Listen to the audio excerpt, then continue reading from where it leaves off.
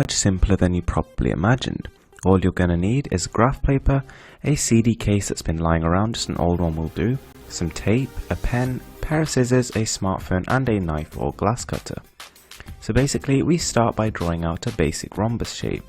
Try and get yours as close to this as possible with the dimensions 1 cm by 3.5 cm by 6 cm. If you're feeling ambitious, you could always try and sort of double those or triple those and you will get a nicer effect, but just for ease of use and sort of getting this on camera, we're going for that size.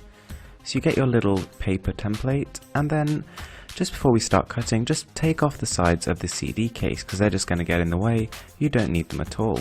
So ideally this is going to be plastic. If you just happen to have a glass one, it can work, but just be extra careful. The higher the transparency, the better the image will come through, but it doesn't matter if it's sort of old and dusty, as long as you just give it a clean and make sure there aren't too many scratches. So then get a scalpel, a knife or a glass cutter, and again very carefully trace around the template. Once you've cut your first one out, you can then use that to get the others. Then you can see I've actually slightly broken mine. It shouldn't be too much of an issue. Try and fasten them together like this using a little bit of tape. I originally tried glue, but then they just fell apart, so this seems to work fine.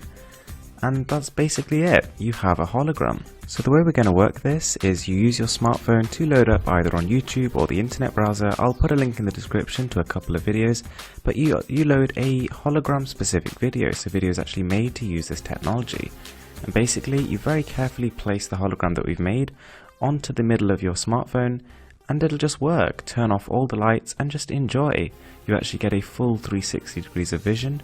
Now obviously the clearer the sort of plastic or glass you use and the less of a mess you make of it, the nicer the picture's going to be. You can see I've got some glue stains from my phone. So this is actually much simpler than you probably imagined.